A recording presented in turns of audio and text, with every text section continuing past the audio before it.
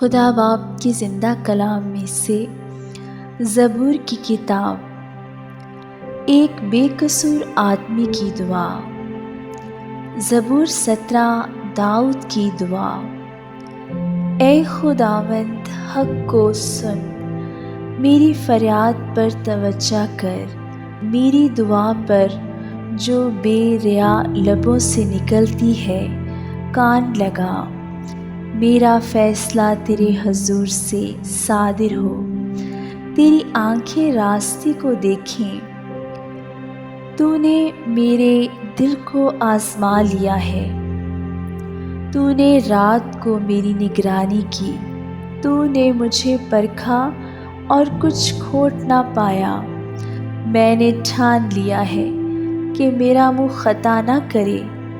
انسانی کاموں میں تیرے لبوں کے کلام کی مدد سے میں ظالموں کی راہوں سے باز رہا ہوں۔ میرے قدم تیرے راستوں پر قائم رہے ہیں، میرے پاؤں پھسلے نہیں۔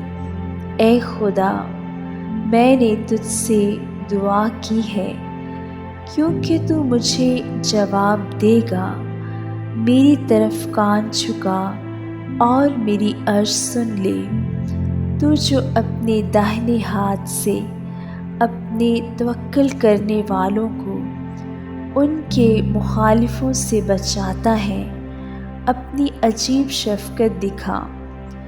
مجھے آنکھ کی پتلی کی طرح محفوظ رکھ، مجھے اپنے پروں کے سایہ میں چھپا لے۔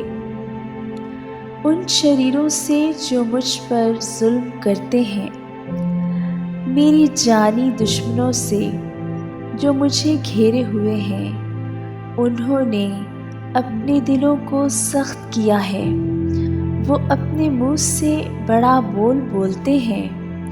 انہوں نے قدم قدم پر ہم کو گھیرا ہے، وہ طاق لگائے ہیں کہ ہم کو زمین پر پٹک دیں۔ وہ اس ببر کی مانند ہے جو پھاڑنے پر حریص ہو، وہ گویا جوان ببر ہے جو پوشیدہ جگہوں میں دبکا ہوا ہے۔ اٹھ اے خداوند، اس کا سامنا کر، اسے پٹک دے۔ اپنی تلوار سے میری جان کو شریر سے بچا لے۔ اپنے ہاتھ سے اے خداوند مجھے لوگوں سے بچا، یعنی دنیا کے لوگوں سے جن کا بخرا اسی زندگی میں ہے، اور جن کا پیٹ تو اپنے ذخیرہ سے بھرتا ہے۔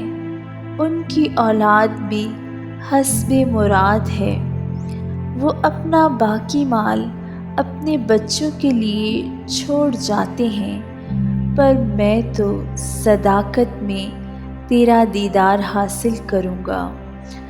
میں جب جاگوں گا تو تیری شباہت سے سیر ہوں گا۔ آمین۔